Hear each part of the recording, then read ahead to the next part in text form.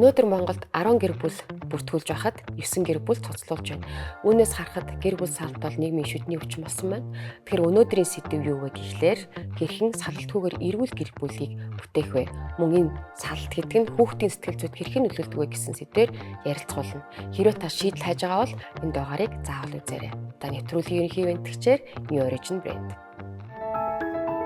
Та бүхний өнөөдөр маргааш бүрт бид хамт орших болно.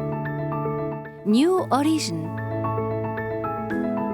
Өнөөдрийн сэдэв бол гэр бүл салалт ба хүүхдийн сэтгэл зүй. За энэ сэдвээр ярихаар бид нар сэтгэл зүйч үүсгэгчгээ урьсан байна. Танд өнөөдрийн мэндийг хүргэе. Чамд ч бас энэ өдрийн мэндийг хүргэе. Та үзэж байгаа бүх хүмүүстээ бас энэ сайхан өдрийн мэндийг хүргэе. За баярлалаа. Тэгэхээр хоёулаа гэр бүл салалт хүүхдийн сэтгэл зүйд хэрхэн нөлөөлдөг талаар илүү түлхүү бас өнөөдөр ярилцъя гэж бодсон. За ер нь хоёулаа эхлээд гэр бүл салалт голчлон ямар шалтгаанаас болж салаад байгаа гэдэг талаар бас ер нь ярилцаад эхлэе те. Тий. Монголд бол одоо яг ингээд үндэсний хэмжээнд авч байгаа судалгаа тоо баримтуудыг харах юм бол эдийн засаг илүү нэг макро асуудлуудтай холбож авч үздэг. Эдийн засаг, ядуурал, ажилгүйдэлч гэх юм уу тий.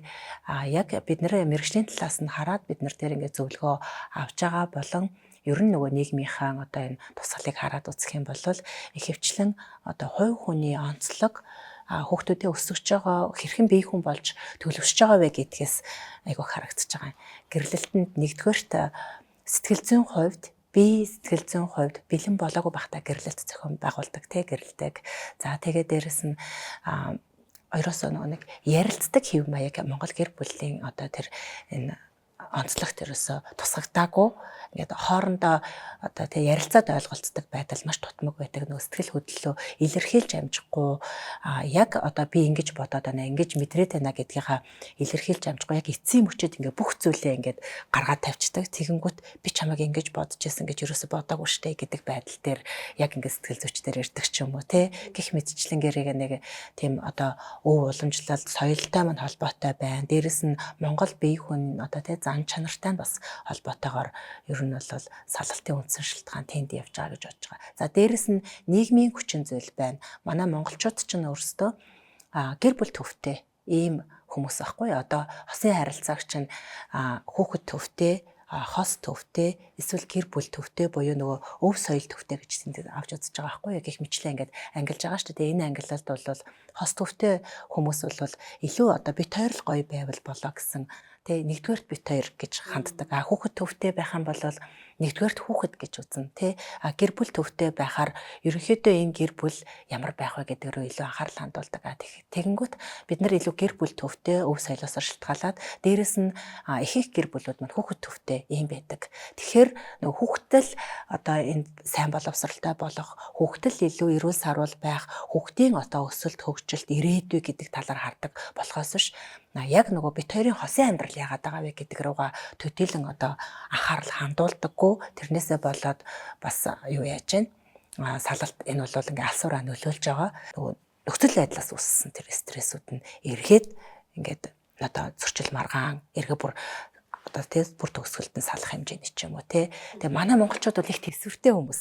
Уг нь энэ бүхнийг айгүй сайн даагаад ингээ яваад идэг тий. Зохицуулаад яваад идэг. Гэхдээ энэ одоо тэр давхцсан одоо асуудлуудыг хэр удаан тээж явах вэ гэдэг бас нэг хувь хүний одоо даах чадамж гэж зүйл байгаа шүү дээ тий. Гэтэл яг ингээд бүр одоо бүх зүйл ингээд тагараад нураад унах хүртэл болоод байгаа юм шиг яваад идэг. Тэгэд эргэн тойрны хүмүүс нь ч гэсэндээ илүү олон зүйлийг амжуулаад явж байгаа хүмүүсээ мундаг шүү гэд нөгөө мундагт нь бариад ингээд байлгачдаг тий. Тэгээ нөгөө бүх хүмүүс мундаг гэдэг байгаа учраас тэр нөгөө мундагтаа хүлэгдчихдэг байхгүй юу хүн. Тэгээд явж хагаад нэг л өдөр ингээд биеийн өвддөг эсвэл сэтгэл зүгээрээ ундаг тий. Мэдээж тэр чинь ингээд одоо хувь хүн өөрөө ямар байхыг хүсэж байгаа вэ гэдгийг хойш нь тавиад нөгөө мундагт баригдчихдаг гэсэн үг байхгүй юу. Ингэж явж хагаад ирэхэд нэг өдөр тесэрдэг ч юм уу тий. Бүр уналтанд ордог ч юм уу. Одоо чинь энэ ингээд нөгөө мундагт баригдны идэл би өөрөө аягүй сайн биеэ мэднэ л дээ. Ой часта аягүй мундаг шүү, бүхнийг амжуулдаг шүү. Чи багасаа юм байсан шүү, сэргэлэн шүү, хүчтэй шүү те. Ингээл дандаа ботсон төлөвлөсөн бүх юма хийцэн явж идэх шүү гэдэг юм уу. Ингээл хажуугаар нь хүүхдээ өсгчөөд яаж чи энийг ингээд энэ бимиг босгож чадчихна энэ төр гэхэлэр нэрэл би үнэхээр л мундаг байгаа юм шиг санагдаад нөгөө талаасаа нөгөө хүнд чадахгүй гэж харагдаж чадахгүй тий өвдөд байгаагаа ядраад байгаагаа өөрөө ч ингээ анзаарахгүй ингээл баг тийм дүр зураг байх надад илүү хүч өгöd байгаа ч юм шиг тий тэгж байгаа нэг өдөр ингээ бүр яалтчгүй ядралтанд ороод бүр нөгөө нүдээч нээхээс бүр залхуу хүрдэг Яг burnout болдог. бүр үнэхээр ингээд бүр босмооргүй санагддаг эргээ харангууд миний нөгөө хийсэн бүх юм буцаага тэгсэргээр надад онцгой харагдаж эхэлдэг ч юм уу тий тэг яг тийм нөхцөл байдалд бол миний хамгийн том анзаарсан юм гэхлээр нөгөө хажуугаар би чи хүүхд төсөж байгаа штэ. Тэгэхээр нөгөө хүүхдийн хүмүүжил яг тийм тохиолдолд айгүй тийм зөв ч юм уу те яг тийм гоё байх боломжгүй юм байна гэдгийг би анзаарсан л та. Нөгөө стресстэй, ууртай, бухимдалтай ядарсан байгаа ээж нөгөө түүнийг одоо яаж ч ингэж эхэндээ бол яг өмнөхөө сүултээ ингээд нөгөө олон удаа жоох хүүхд чинь ингээл ээж гэж дуурах хэлэнгүүд нь би ингээд сонсмооргүй болдог ч юм уу те буцаал нөгөө тэр чинь ингээл нөгөө харилцаа ингээ муудаад эхэлж штэ те тэгээ тэр нь ингээ хүүхдийн маань нүүрэн дээр нүдэн дээр зан аашин дээр илт ингээл гарна тэнгууд ханаасаа яагаад юм болчихгүй л ингээл дахиад ингээл нөгөө эргэлцэн тойрогч шиг юм ингээл үүсэл эхлэлээсэн л та тэгээ би ерөөсөө за би ерөнхийдөө хитрхи өөрийгөө хүчлээд энээсээ болоод нэг ядралтаа хүүхдэд гаргаад байгаа юм байна гэж анзаарсан байхгүй юу. Тэгэхээр би ганц хүүхдэдтэй ингэж байгаа юм чи нэг олон хүүхдэдтэй ээжүүд тэгээ эсвэл байнгын үйл ойлголцол хэрүүлмээр хандунд үүдэг гэр бүл дотор өсөж байгаа хүүхдүүд те хаяг салтын дараа готролд орж байгаа жоох хүүхдүүд ямар сэтгэл зүйтэй байдаг бол гэд би яг бодож үзчихсэн. Тэгэхэд бол нэлээ хэцүү төсөөлөгдөжсэн. Тэгэхээр яг энэ салтаас өсөж байгаа хүүхдэд яг ямар сэтгэл зүй тэ дайралтууд ч юм уу гэмтлүүд ирэх үү. Тэгээ миний бодлоор бас ингээ анзаараад хахад энэ нөгөө насны хүүхдүүдэд арай нэг өөр байдаг юм шиг байна лээ тийм.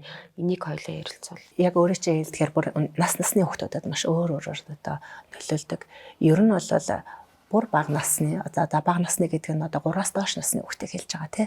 3-аас доош насны хүүхдүүд бол их хөвчлэн их юм уйлахаа болно, орондоо шийдэг болно. Ингээд одоо ингээд маш их нэг санаж битгэрч байгаа.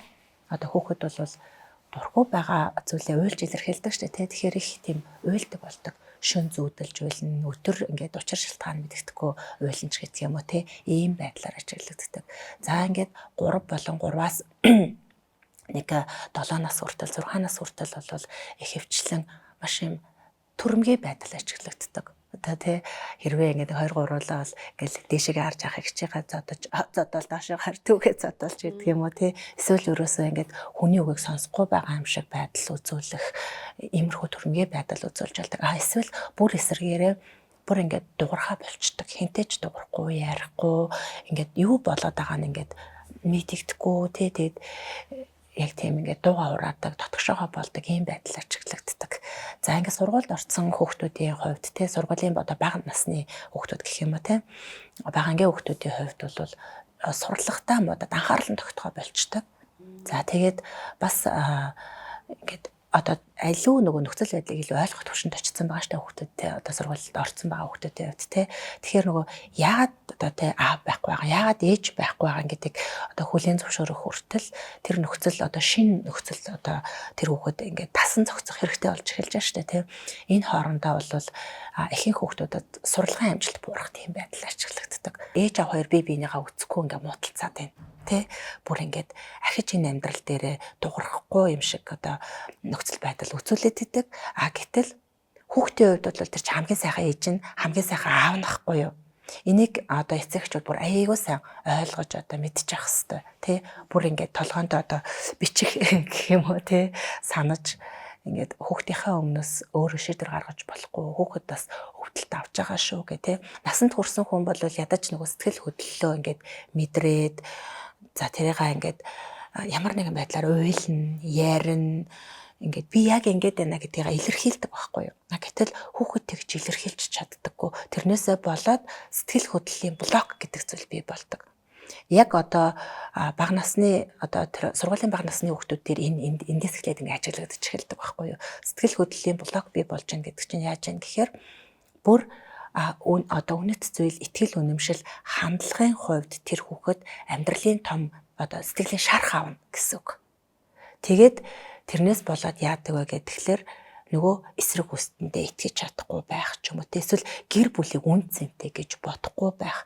Эсвэл бүр эсрэгээр тэр одоо миний одоо тий багад ээж авмаа салаад тэр нь надад маш хүнд байсан учраас тий ингээд салалт гэдэг замыг би хизээч сонгохгүй гэд гэр бүлийг бүтэн байлгах гад магадгүй ирээдүйд насан турсан хойноо нөгөө өвдөлттэй харилцах тэсэт идэг төрлийн хүмүүс байдаг шүү дээ тий. Тэгээ яг тэр хүмүүстэй ингээд ярилцахад ямар үнэт зүйл энэ хүнийг тийм хэцүү байдалд удаан ингээд барьцсан бэ гэхлээр ерөөсөө яг тийм байдаг. Бага багт нь эцэг их нь анхаарал хандуулж байгаагүй эсвэл бага багт нь салсан яг тэр салалтын дараах хүнд хэцүү байсан байдал нь би хизээч тий хүүхдүүдтэй ийм зовлон үзүүлэхгүй эсвэл ахиж хизээч би ийм тий мэдрэмжийг авахгүй гэдэг өвдөлт тэр хүртэл ингээд тийм хэцүү байдалд ингээд барьцсан байдаг ч юм уу тий. Тэгээ ийм хүмүүс яадаг вэ гэхээр нөгөө өөрөөсөө илүү бусдыг ингээд одоо тий анхаардаг, хайрладаг тий. Ерөнхий хуулиараа бол хүн эхлээд өөрийгөө хайрлах ёстой. Өөрөө эхлээд бие сэтгэл зүйн хувьд бүрэн бүтэн байгаад дараад нь бусдад илүү олон хүнд хүрэлцэн гэдэг ийм одоо сэтгэл зүйч бүхэл сэтгэл зүйч нар, сэтгэл судлаач нар зөвлөдөг тий. Гэтэл тэр чинь ингээд эсэргээрээ болоод өөрийгөө гаргуун таяад бусдын төлөө ингээд амьдардаг болдог. Тэгээд яадаг вэ гэхээр эргээд нөгөө хүмүүс нь тэр хайр анхаарлыг өгөхгүй байхад эргээд бас ингээд гомддог, шаналдаг тий. Эсвэл энэ одоо би өөрийгөө золиослох нь миний хувь тавилан ингээд итгэждэг ч юм уу гэх мэтчлэн ийм сэтгэл зүйн алдаатай байдлууд эндээс эхлээд ингээд бий болж эхэлдэг. Бүгд найрамдах Солонгос улсад хамгийн түрүүнд эмэгтэйчүүдийн эрүүл мэндийн ач холбогдлыг дуу хоолойгоор илэрхийлж, витаминыг лабораторид бус байгаль эхийн хэвлээд ургуулсан бүтээсэн илүү эрч хүчтэй эрүүлэр хөгшрөлтөө өгдөхийн төлөө томчууд хүүхдүүдээс эхлээд хүн бүр өөрийн биеийг аюулгүйгээр ачлан хамгаалах боломжтой байхаар бүхний өнөөдөр маргааш бүрт бид хамт орших болно. Аав ээж хоёр хоорондоо таагүй харилцаатай удажаад байгааг ч юм уу те савл хэвэл хоорондоо ингээл муудалцаад байгааг тэр нөгөө өсвөр насны хүүхд харахаар тэр нь эсэргээрээ нөгөө өөрт нь айгуу тэртэй те ингээл тэр зүйлийг хараад дандаа байж ах. Тэгээд өсвөр насны хүүхд чинь нөгөө нэг бага насны хүүхдтэйгээ том тодорхой хэмжээнд нөхцөл байдал дүгнэлт хийгээд ингээд нэг ойлгоод хараад байгаа учраас баг энэ хоёр хурдан салчаасаа тэг ингэж байж ахрыг чих амар байх юмсан ч гэдэг ч юм уу те бүр ингээд тийм нөхцөл байдалд хүртэл ингээд ирсэн. Тэг нөгөө юу гэдэг чи эцэг их нь хүүхдээ өмчрүүлэхгүй гэд ингээд байгаад байгаа нь өөрт нь баг эсэргээрээ те надаас болоод энэ хоёр ингээд салж чадахгүй ингээд мэдрэмж нь бүр илүү хүүхдийг өөдөө би л ээжийнхээ амьдралыг эсвэл би л аавынхаа амьдралыг ингээ ийм байдалд хүргээд байгаа юм байна. Надаас болоо салж чадахгүй эднэр ингээд байгаа юм байна гэд бүр эсэргээрээ тийм готролд орчдөг тийм тохиолдлуудыг талаар уншижлээсэн л да тий. Өсвөр насны хүүхдүүд бол илүү одоо тэр гомдол нь ийм өшөө хорсол дайсгансан байдалтай илүүх ингэж юм хүлээж авдаг. Аль нэг талыг нь илүү буруутгах хандлагатай гар одоо аль нэг талд нь ингээд өөр орхон шүү дээ тий. Тэгээд өсвөр насны хүүхдүүдэд тохиолдож байгаа одоо тэр сэтгэл зүйн байдал бол бүр хэцүү. Яагаад тэгэхээр одоо тэр харахад бид нар хүүхд гэж харж байгаа боловч аль хэдийн бие хүн нь ингээд төлөвшсөн ингээд бие хүн болцсон одоо тий хувь хүн байж байгаад бие хүн болцсон энэ процесс руу шилжчихсэн байгаа үе байхгүй юу. Тэгэхээр яадаг вэ гэхээр өөрөө гомдно. Дээрэс нь одоо хинтээ хамт хэнийг тэр харилцаанд эсвэл салалтанд буруутгах байгаа вэ тий. Тэр хүний өмөрөө тэрнийхээ өмнөөс бас гомдоод идэг. Тэгэхээр хоёр давхар гомдолт хийдэг. Буюу энэ нь эргээд бүр ингээд нөгөө зэвүүцэл хорслын түвшинд ингээд бас ингээд гацаад үлдчихдэг. Тэгээ энэ нь бас одоо цаашд өөрийнх нь осын харилцааг хэрхэн яаж удирдах тий ингээд одоо амьдралд хэрхэн яаж хандах гэх мэт одоо маш том одоо энэ өргөн хүрээний асуудлуудад тий сөргөөр нөлөөлж идэг. 13 онд би яг салалтын тухай нэг нэвтрүүлэгт орох гээд уншаа судалж байсан. Тэр үед болохоор гэмт хэрэгт ямар нэгэн байдлаар биечлэн оролцох эсвэл өртөж байгаа хүүхдүүдийн 90% нь салсан гэр бүлээс одоо өвдөлттэй байсан. Тэгэхээр яаж яа гэхээр бид нэр ингээд зүгээр ингээд логикоор бодоод үзэхэд аль нэг талдаа хүүхэд очино. Гэтэл тэр талд бол салалтын дараа яадаг вэ гэхээр санхүүгийн ачаалал илүү их нэмэгддэг. Хүүхдүүдээ аваад үлдчихэж байгаа талд нь санхүүгийн ачаалал 2 дахин илүү их ажиллах хэрэгтэй, 2 дахин илүү хүчин чармаалт гаргах хэрэгтэй болно тий. Тэгэхээр энийгээ дагаад эргээд хүүхдүүдэд тавих анхаарал нь багасж эхэлж идэг. За тэгээд тэрнээсээ болоод яаж юм гэхээр нөгөө хүүхдүүд маань илүү одоо нөгөө үл хайхрагдах тийм нөхцөл байдалд орчиж байна тий. Тэгэхээр тэр болгон хинтээ найзалж гин, хинтээ өдөрт цагийг өнгөрөөж гин гэдэгт анхаарал хандуулж чадахгүй байх, бас тэр ярилцах хүсэж байсан ч гэсэн цаг зав хүрэлцэхгүй байх гэдэг нөхцөл байдлууд энд бас бий болж эхэлдэг байхгүй юу. Энээс болоод яаж юм гэхээр хүүхэд одоо тэ уруу татагдах, буруу хүүхдүүдтэй нийлэх. Тэгэхээр хүүхэд яадаг вэ гэхээр сайн муу хоёрын хооронд гацчихдаг байхгүй юу. Яа тэгвэл хамгийн хайртай хүн нь өөрийнх нь болон хайртай хүмүүсийнхээ эсрэг үйлдэл хийчлээ гэж харж байгаа шүү дээ тий. Тэгэхээр эндээс маш том урвалтыг ингээд хүүхэд хүлээж авч байгаа. Тэгэнгүүт хүүхэд тэр урвалтыг өөртөө зөөлрүүлж хүлээж авахын тулд яадаг вэ гэхээр нөгөө сайн муугийн ойлголтыг ингээд дэнслэх гээд нөгөө нийгмийн зүгээс одоо муу гэж тодорхойлдог тэр тодорхойлолтод байгаа нэг хэсэг бүлэг нийгмийн одоо хүмүүс шүү дээ тий. Тэр хүмүүсийг илүү ойлгох гэж тэд нартэй илүү ойр байх гэж үздэг. Яагаад гэхээр миний хамгийн ойрын хүн хүртэл муу байгаа юм чинь бүх хүмүүс муу биш юм байна ач гэдэг юм уу те. Тэгэхээр нөгөө сайн муугийн баримжаа энэ дээр ингээд алдагдаж эхэлж байгаа байхгүй юу. Ингээд эннээсээ үүдэлтэйгээр тэр нөгөө гэмт хэрэгт холбогдох эсвэл одоо тийм бүр өөрөө хохирогч болох нөхцөл рүү одоо орох магадлал айгүй өндөр идэх гэсэн үг. Та бүхний өнөөдөр маргааш бүрт бид хамт орших болно. New Origin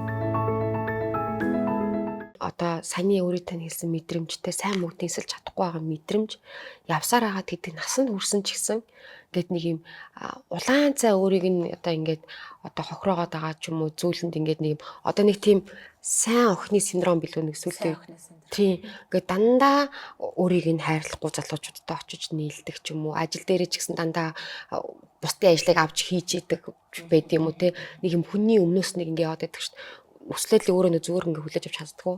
Яг энэ болохгүй байна да. Би ашиглуулад байна да. Би хохироод байна да. Би цаг заваараа илүү өргөдөөд байна да гэдэг нь ингээд харахгүй байгаа тийм хандлагатай хүмүүс энэ зүйл босон байж болох уу? Одоо би ингээ бодглохоор гэт нэг айгүй ойрын жишээнүүд дотор ингээд бас багтан ингээ гэр бүлийн салцсан тийм айгүй ингээ сайн хүн ингээд болцсон хүмүүс байгаад байдаг байхгүй. Хүн болгонд ингээ байгаагаа дэлгээд нөгөө хүмүүсээс одоо буцаа дандаа тэрнээсээ муу ингээд нөгөө хариу авдаг. Тэгээл ингээл нэг юм сэтгэл нь сэмэрсэн хүмүүс яваад байгаа. Тэгэхээр нөгөө хой хүний үнэлэмжтэй холбоотой тэнд ийм гэмтэл өсөж байгаа гэсэн үг. Ерөнхийдөө сэтгэл судлаач нар бол одоо бага насны ээнэгшлийг нэг 8 нас хүртэл зарим нь зарим нь бол 6 нас хүртэл ээнэгшил буюу тэр сэтгэлийн холбоо бий болох одоо тэр цаг үе гэж үздэг шүү дээ. Тэр сэтгэлийн холбоо хэрхэн яаж тогтсноос ирээдүйд одоо тэр харилцаа холбоо буюу эргээд нөгөө ажлынхантайгаа эсвэл одоо найзуудтайгаа хосын харилцаанд эсвэл хүүхдүүдтэйгээ ямар байх вэ гэдг нь одоо шилтгаалж яадаг. Энэ бол маш том юм хүчин зүйл байж байгаа. Тэгэхээр яг ингээд салалтын дараа юу явагдаж байна гэхээр энэгшил дээр яригддаг 5 чухал ойлголт байдаг юм. Би чухал. Би үнцэнтэй. Би хайрлагдсан. Би хамгаалагдсан. Би хангалттай гэдэг ийм 5 чухал ойлголт байгаа. Гэтэл салалтын дараа яадаг вэ гэхээр энэ ойлголтууд маань яах нь унана. Эргээд тэр сэргэх цаг хугацаа хичээл зүтгэл аль алинд нь байх ёстой тий. Гэтэл энэ бүхэн ингээд уналтанд орчдөг. Тэгэхээр хой хүн өөрийнхөө хүндлэмж өөртөө итгэл тэрийг дагаад ундаг гэсэн. Тэгэхээр бусад хүмүүс өөрийг нь хохироож ясан ч гэсэн эсвэл бусдын төлөө хэтэрхийх ингээд яваад хахад эргээд тэр хүмүүсээс онцгүй үйлдэл ирээд байна гэдэг чинь яаж юм гэхээр тэр хүн өөрийгөө үн цэнтэй тооцохгүй байгаа гэсэн үг байхгүй. Тэгээд би бусдыг хайрлаж ижил одоо түрүүн нөх хайлаа ярьчихсан шүү дээ өсвөр насны хүүхдүүд ингээд өөрийгөө айгүйх буруутгаж хүлээж авдаг гэд тэ. Тэгэхээр бүх насны хүүхдүүд өөрийгөө буруутгаж хүлээж авдаг. Надаас болоод би хангалттай сайн байгаагүй болохоор эсвэл би ингээд уйлдаг байсан болохоор ч юм уу эсвэл би ийм ууртай байсан болохоор ч юм уу гэд бүх насны хүүхдүүд өөр дээрээ буруутгалыг хүлээж авдаг салалт дээр энэ ээж аав хоёр таарахгүй байгаа болохоор биш ерөөсөө би л болохгүй байсан болохоор гэж хүлээж авдаг байхгүй юу. Тэгээд тэр нь яг их хвчлэн одоо нөгөө эсэргүүцэл төрөлмийлэл байдлаар илэрдэг ч гэсэн яг ингээ хүүхдүүдтэй ярилцаад үзэхээр өөрөө маш их гэмшил, харамсал, буруутгал дээсэн байж идэг. Тэгэнгүүт энэ байдал дээр нэмэгдээд одоо тэр нөгөө ээж аав өөрөө хүүхдтэй хэрхэн яаж харилцаж байгаа юм. Хоорондоо хэрхэн яаж харилцаж байгаа вэ гэдгээс хүүхдийн энэ одоо саяны ойлголтууд маань тий би чухал, би бол хайрлагдсан юм байна. Би үнэхээр үн цэнтэй юм байна гэдэг энэ мэдрэмжүүд одоо тийм авагдаад явж байгаа нь шүү дээ. Тэгээ энэ нь ингээд унчаар яадаг вэ гэхээр энийг эргээд сэргийж чадахгүй бол насан туршийн ямар нэгэн нөлөөллүүд явагдчихэдэг. Зарим тохиолдолд аврагчийн байр суурьтай ийм бие хүн болоод төлөвшчихдөг. Тэгээ ерөөсөө ингээл бүх юмний аврагч, бүх юмний нөгөө одоо ингээл нэг архиудаг найз залуутай болсон ч гэсэн би л энэ хүнийг архинаас гаргахгүй бол би л энэ хүнийг хайрлахгүй бол энэ хүн хэцүүд гэд тэ нөгөө хин нэг нь тэр хүнийг хайрлахгүй байх, эсвэл ингээ хайнга байх, тоохгүй байх, чухал санагдахгүй байх гэдэг өвдөлтийг маш их ингээд өөрөө авцсан учраас эргээд нөгөө хүмүүст тэрийг өгөхгүй гэд ингээд ийм байдал руу орчиж болдог. Эсвэл хин ч намайг хайрлаагүй юм чинь би хинт ч муу зүйл хийсэн ямар хамаатай юм. Хэнийг ч яаж ч өвтгсөн ямар хамаатай ингээд эн чинь нөгөө өшөө хорсол салтын дараах одоо тэр эдгэрлийн үе шат байгаа шүү дээ тэ өшөө хорсол дээр гацчихж байгаа гэсэн үг байхгүй юу. Тэгээ тэр нөгөө хичнээн ингээд үзэн ядаад тэр өшөө хорсолд тийгээд байгаа ч гэсэн тэрнийхэн цаана нөгөө үзүрт нь хайр ээждэг. Тэгээ нөгөө тэрийг ингээд зөв замаар ингээд эдгэхгүй явснаас болоод яадаг вэ тэгэхээр эргээд нөгөө хамтдаа байгаа нэг ээжтэйгээ ч юм уу аавтайгаа ч юм үлдсэн байлаа гэж бодоход тэр хүмүүсийн санааг зовоох нь буюу тэр хүмүүсийг өвтгөх нь эргээд өөрийнхөө тэр өвдөлтийг мэдрүүлж байгаа өшөө аавалтайгаа нэг одоо хэсэг болдог гэсэн хэлбэр болж байдаг ч гэдэг юм уу те. Эрүүл салалт гэж сүүлийн үед их ярьдаг болсон те. Яг тийм зүйл байдгүй ч гэдэг юм. Юуг эрүүл салалт гэдэг байгаа юм бэ те. Тийм. Тэгэхээр хосын харилцаа эхлээд дуусах хүртэл тодорхой цаг хугацаа өнгөрөөсөн байгаа. Энэ хооронд хүн өөрөө яг ингээд нэг юм бид нэр өөрийгөө талент харж байгаатай адилхан биш байхгүй юу? Өөр хоорондоо ялгаатай. Тийм учраас тэр ялгаатай за ингээд энд нэг гурвалжин төрстэй хүн байлаа, энд нэг дөрвөлжин төрстэй хүн байлаа. Энэ хоёр маань нэг бөөрийнхөө төрс рүү ингээд хамтдаа орох гээд явж байгаа одоо тийм процесс байхгүй юу? Ер нь бол гэрлэлт гэдэг маань. Гэтэл тэр бөөрийнхөө төс рүү орохын тулд ингээд аль талаас ингээд нэг юм хугалагтаад нэг юм өөрчлөгдөх хэрэгцээ байгааз ингээд бие биендээ илүү ингээд нэг юм ижил болохын тулд гэх юм уу те. Тэгэхээр энэ процесс донд өвдөлтүүд явагддаг. Ямар ч харилцаан дээр байна. Энэ харилцааг даван туулж чадж байгаа тохиолдолд энэ өөрөө урт удаан доктортой харилцаа болж үлддэг. Харин тэр өвдөлтүүдийг одоо тий үгүй би гурвалжин болохоор гурвалжин л байна. Тэ тэгэнгүүт нөгөөх нь бүр бөөрийнхээч биш тэр нэг хамтын нэг юм зориг руу орох биш. Бүр тэр гурвалжин төрсөнд нь ороод амьдралаа. Эсвэл дөрвөлжин төрс рүү н ороод ингээд тэр хүний хэв маягаар ингээд амьдралаа. Тэгэхээр яадаг вэ гэхэлэр хувь хүний би оршин байгаа гэдэг мэдрэмж нь алдагдаж эхэлдэг. Тэ тэгээ хэдийн удаан тэр төрс рүү ороод хамтдаа ингээд явах юм чаддаггүй байхгүй ер нь бол тэ тэгэхээр нөгөө ингээд энэ хоёр маань ялгаатай юм байна. Энэ бит хоёр ялгаатай ч гэсэн бит хоёрын нэг зориг, нэг сонирхолч гэдэг юм те. Энэ зүйл маань бит хоёрыг ингээд ихтгээд энд ингээд явж байгаа өөрчлөлтүүдийг одоо эрүүлэр давж гарах хэрэгтэй юм байна гэдэг ойлголтыг аягүй сайн авах хэрэгтэй. Тэ тэгэж авч чадаагүйгээс болоод яадаг вэ гэхээр салалтын дараа асар их юм гомдолт хийцэн одоо нөгөө салах гад яг ингээд магтгүй салах уу амьдрах уу гэдэг шийдэл дээр ингээд сэтгэл зүйчийн өмнө ирээд сууж байгаа шүү дээ. Тэр үе дээр юу яадаг маш их өвдөлтүүдийг авсан байдаг. Тэгэхээр энд эхэлсэн харилцаа энэ хүртэл за магтгүй салах шийдэл дээр хүрлээ гэж бодъё. Сэтгэл зүйч бол салахгүй тухай сууж байгаа хүн ерөөсөө биш байдаг байхгүй юу? Хэрвээ тэр хоёрын шийдвэр нь салмаар байна гэж байгаа бол тэр салалтыг одоо саяны асуусан асуулт те эрүүлэр хэрхэн давж гарах вэ? Хэрхэн тэр эндээс авсан тэр нөгөө хугарлуудаас авсан өвдөлтийг буцаагаад эдгэх вэ гэдэг процесс дээр ажилладаг. Тэгээд энэ өвдөлтүүд чинь учир шалтгаан нь зөвхөн тэр хүнээс болоод ингээггүй юм байна. Надаас ч бас болсон юм байна. Энэ нь тэр хүн муу гэсэн үг биш юм байна. Би ч гэсэн муу гэсэн үг биш юм байна. Гэт ингээд ойлгоод нөхцөл байдлаа илүү сайн ойлгоод зүгээр энэ ингээд бит хоёр магадгүй буруу цаг үе таарсан юм байна. Эсвэл бит хоёр зүгээр бие биенийгаа хангалттай сайн ойлгоогүй юм байна. Хэдий одоо ойлгосон ч гэсэн эргээд зарим хүмүүст тэр нөгөө ойлгосноороо тэр харилцааг үргэлжлүүлэх тэнхээ үлдээг байдаг. Хичнээн уучлаад ойлгоод тэ ямар учир шалтгаантайг нь мэдсэн ч гэсэн заавал тэр ахаад хамтдаа үлдэх ёстой гэсэн үг биш байхгүй юу. Үнэхээр тэр өвдөлтүүд айгүй хүнд байсан. Одоо би арай өөр амьдрмаар байна гэж сонголтыг хийж байгаа тохиол салалт явагдаж байгаа шүү дээ тэ. Гэхдээ тэндээс авсан өвдөлтүүдийг заавал эдгэх ёстой. Дээрэс нь хүүхэд насндаа за дахиад саяны хүүхэд нас руу очино те бага насндаа ээж аав нь хоорондоо яаж харилцдаг байсан ээж аав өөртөө яаж харилцдаг байсан Тэ? Энийг бас итгэх шаардлагатай байдаг.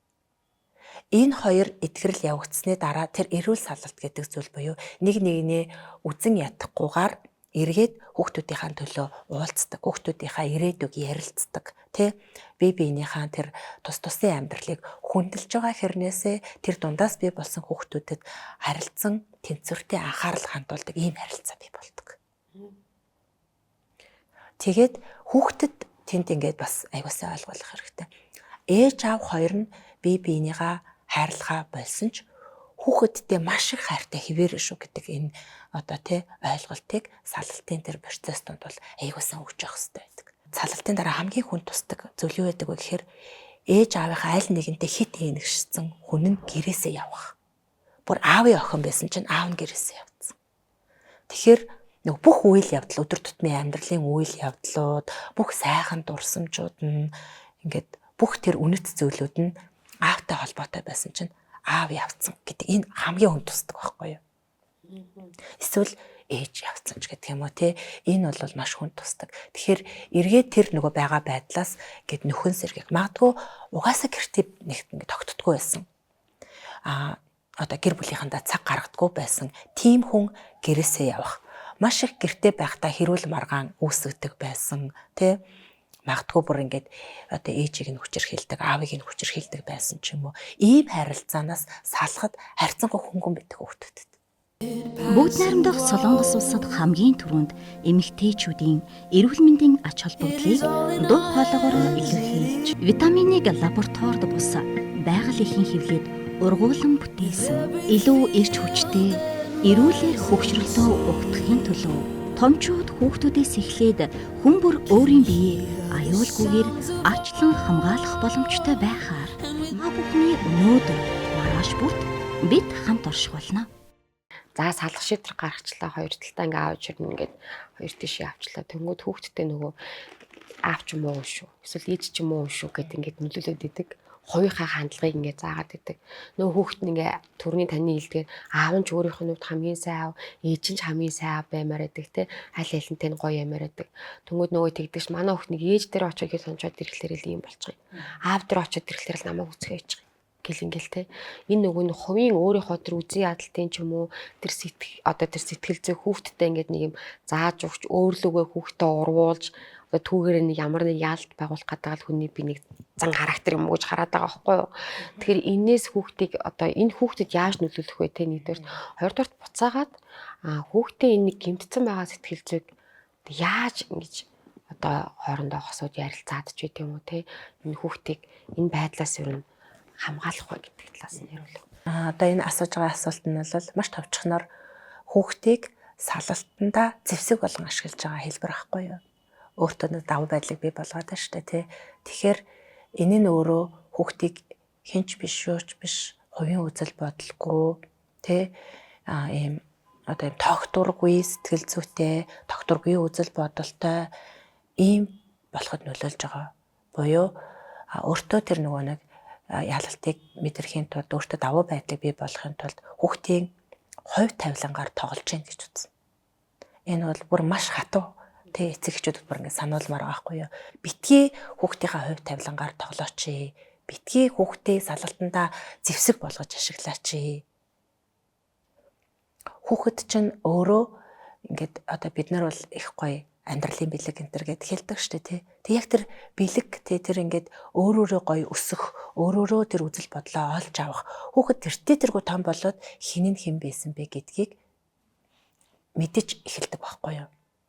Харьцангуй ингээд ийм дүгнэлт гарах одоо тий чадвартай болоод сэтгэл хөдлөлөө тогтвортой барьж чаддаг болоод 20 гараад ирэхээрээ бүх зүйлийг ойлгоно. Дандаа тийм ингээд таны үгэнд автаад л тий ингээд эргэж хөрвөөгөөд те ийм байхгүй. Тэр үед жинхнээсээ хин нь хэн байсан бэ гэдгийг мэдэх үед хүүхэд бүр ингээд те идэвшгүй идэгэхэд маш хэцүү үс ядалтыг тээдэг. Нөхцөл байдал чинь ийм байсан байж тээ. Гэтэл намайг энэ олон жил яаж ингэж хуурч чадваа? Яаж намайг ээжийн маань эсрэг, аавын маань эсрэг ингэж төрхирч чадваа? Гэт бүр хүний муухайг тэр нөгөө ойрынх нь хүнээс ингээд тэр одоо мэдрэх тэр мэдрэмж бол хүүхдэд бүр хүнд идэг байхгүй юу. Тэр үед бол үнэхээр ингээд уучлахад маш хүнд байдаг. Тийм учраас Хизээ нэгэн цагт үнэн илчлэгдэнэ. Хин нь хин бэ гэсэн нь тодорхой болно. Тийм болохоор зүгээр л одоо байгаа нөхцөл байдал дээр одоо байгаа хэцүүгээ зүгээр л өөрөө л туул. Тэрийг битгий хин нэгэнд нь ялцаа. Тэ нэгэнд тэр дууссан байгаа харилцаан дээр эргээд тэр хүнийг 1000 буруутгаад ямар ашигтай. Одоо тэр явсан байгаа аав нь илүү сайн байх юм бол муу байгаад архинд орчвол, салалтаад авч чадахгүй архинд орчвол, эсвэл бүр хичнээн муу байсан ч гэсэн тэр хүн бүр ингээд наснаасаа эрт одоо тэгээ туулах хэвээр наснаасаа эрт нас барчих бол хүүхэд бүр тэр өнчин мэдрэмжийг тээж явах байхгүй юу? Эсвэл бол тэр аав одоо тэр ээжигээ хүндэлж чадахгүй байгаа тэр нөгөө нэг ингээд сул дорой байгаа байдлыг нь хараад өвдөлт авах тэр мэдрэмжийг тээж амьдрна гэсэн үг шүү дээ. Тэгээ одоо ингээд хүмүүс салцсан байна. За салчаад 1 жил болсон гин, 3 жил болсон гин, 5 жил, 10 жил болсон хэрнээсээ тэр өвдөлтөө тэгээд амьдарч байгаа хүмүүс асар их байдаг. Эн чинь давхар өөрөө өөрийгөө шийтгэж байгаа. Хүн болж төрснийхөө хувьд те биднэрт нэг юм хамгийн сайн чаддаг зүйл эсвэл ингэж л амьдрах юмсан гэдэг хүсэл байгаа шүү дээ тий. Гэтэл тэр өөрөөтөө байгаа потенциалыг ашиглаж чадахгүй, тэр хүсэлдээ хүрч чадахгүй тий нэг одоо салалтаа даван тулж чадахгүй, тэнд нэг хүнийг үдсэн язаар агаад насыг барна гэдэг бол харамсалтай байхгүй юу? Хайрын амьдрал байхгүй юу? Хайрын 5 жил, 10 жил, 20 жил эргээд тэр хүнд итгэлээс сэргэж чадахгүйгаасаа болоод насаараа ганцаараа явцсан хүмүүс маш олон байдаг. Бид нар чинь харилцаанаас бүтэн байдлыг бас авдаг байхгүй юу те? Би намайг ингээ хайрлаж штэ. Намайг чухал гэж бодож штэ. Би энэ хүний хувьд үн цэнтэй байна гэдэг энэ мэдрэмжийг авахаараа хүн бас ингээ тийм бүрэн бүтэн мэдрэмжийг авдаг тий. Тэр гоё мэдрэмжийг харилцаанаас ингэж авч болдог тэр зүйлийг авч чадахгүйгээр ингээ насанд туршдаа тий айгүй олон жилийг алдна гэдэг чинь маш харамсалтай байхгүй юу? Магадгүй үнэхээр өөрийнх нь эргэн тойронд байгаа хүмүүс салцсан бол тэр хүн зөвхөн өөрийнхөө кейсээр биш тэр кейсүүдийг хамж аваад тэгээд угаасаа салтын биш үү? Эсвэл угаасаа ерөөсөө итгэх юм харилцаа байхгүй юм биш үү гэдэг юм зүйлийг тээцэн л байхгүй юу? Гэхдээ таны эргэн тойронд байгаа тэр 10 20 хүнээр тэр 100 хүнээр хорвоо ертөнц хязгаарлагдахгүй тийм ээ хорвоо ертөнц чи маш ингэдэм баялаг штэ тий сайн хүмүүс зөндөө олон байгаа. Тэгэд хүн яадаг вэ гэхэлэр хүний одоо юм хүртхэн шилэн сонгох чанар гэж байдгийг. Хүн юунд итгэж үнэмшин яг тэр одоо тий итгэл үнэмшлэрээ юмыг ингэж олж хардаг. За нэг юм туршилт байгаа юм. Одоо ингээд үзэж байгаа хүмүүс маань бас хийгээд үз тэ. За ингээд нэг жолоо бараа явж байгаа л хажууд байгаа хүндээ хэлээ тэ. За нэг юм хажуугаар өнгөрсөн хар юм уу эсвэл улаан машиныг тоолоорой гэж хэлж тэ. Тухайн хүн яг тэрийг ингээд тоолно эсвэл саарл машин гэж гэдэг юм уу тэ. Тоолоо явж хагаад тэгэд хідэн хар машин өнгөрсөн бэ гэхээр мэдгүй. Дандаа саарлуудын тоолцсон. Хідэн цагаан машин өнгөрсөн бэ гэхээр баримжаа байхгүй. Байхгүй юу? Яг ийм байдлаар хүний нөгөө хүртхэн шилэн сонгох чанар ажиллаж идэг. Тэгээд яадаг вэ гэхээр өөрийнхөө тэр нөгөө өвдөлт туршлагаар яг тийм хүмүүстэй дахиад таарад идэг. Хэрвээ амьдрал тохиолдсон нэг үйл явдлыг одоо өөрийгөө эдгээж тэндээс одоо суралцсан тийм үү? Энэ бол сорилт байсан. Тэр сорилтоос суралцаад ингээд цаашаа явахгүй болохоор яг тийм хүмүүстэйгээ эргэж очиод найзлаад илүү их нөгөө яриа нийлээд илүү их нөгөө энерги нийлэх гэж манайхан ярьдаг шүү дээ. Эсвэл vibe нийлэгч гэдэг юм уу те. Яг ингээд тийм хүмүүстэйгээ очиод ингээд сонгоод найзлаад байдаг. Яг л адилхан уудаг хүнтэйгээ очиод найзлаа. Ягаад гэвэл тэр туршлага өөрт нь хэтэрхий танил ахгүй юу? Тэр өвдөлтөндөө бүр тасцсан. Дахин гад байдаг бас уг нь засах хүсэлтэй байгаа. Засаж явж гад байгаа нөгөөтхөө. Би л засна гэдэг байна шүү дээ. Нөгөө хүүхэд насны салт нь одоо хүртэл том насанд хүрсэн ажил хөдөлмөр хийгээ явж байгаа нийгмийн ямар ч позишн дээр байгаа эрэгтэй хүнд, эмэгтэй хүндтэй ингээд нөгөө нэг характерууд нь ингээд явсаар л байгаад байгаа байхгүй. Тэгэхээр хүн харахад том ч гэсэн дотроо хүүхэд л байдаг гэдэг шиг те. Насанд хүрсэн хүмүүс ч гэсэн доогоор үзэхэд тэр сэтгэл дотроо буглаад байгаа асуудлуудыг бас таньж мэдгээд хамгийн гол нь мэдрэмжээ таних гэдэг яриад байдаг шүү дээ. Мэдрэмжээ таньж мэдээд түүнийгээ амжилтыг өстөө. Тэгэхээр тэр зүйлээ бас мэдрэхэд айгүй зөв дугаар болсон баха гэж найдаж байна. За тэгээд өнөөдрийн бидний урилгыг хүлээн авч үн цэнтэй цагаа биднэрт зарцуулж ирсэн танд маш их баярлалаа. Бас урьж оролцуулсанд баярлалаа. Яг л нөгөө сэтгэл айгүй хөвдөж явдаг энэ сэдв дээр бас ярих боломж олгосонд маш баярлалаа.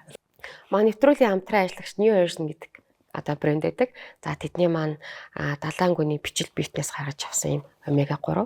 За тэг нөгөөх нь хоол задлагч фермент гэх энэ нэрийг танд бэлгэлж байна. Эрүүлэхийг хүсье.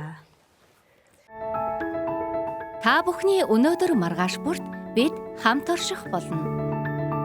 New Origin. Хүүхэдтэй өөртөө гэр бүлдээ салгадаггүй эерэг орчныг бүрдүүлэх боломж хүн бүрт байгаа гэдгийг та энэхүү дугаараас ойлгосон байх гэдэгт итгэлтэй байна. За дараагийн дугаараар дахин уулзтлаа. Түр баяртай. Нэвтрүүлгийн хамтран ажиллагч Солонгосын алдарт New Origin байна.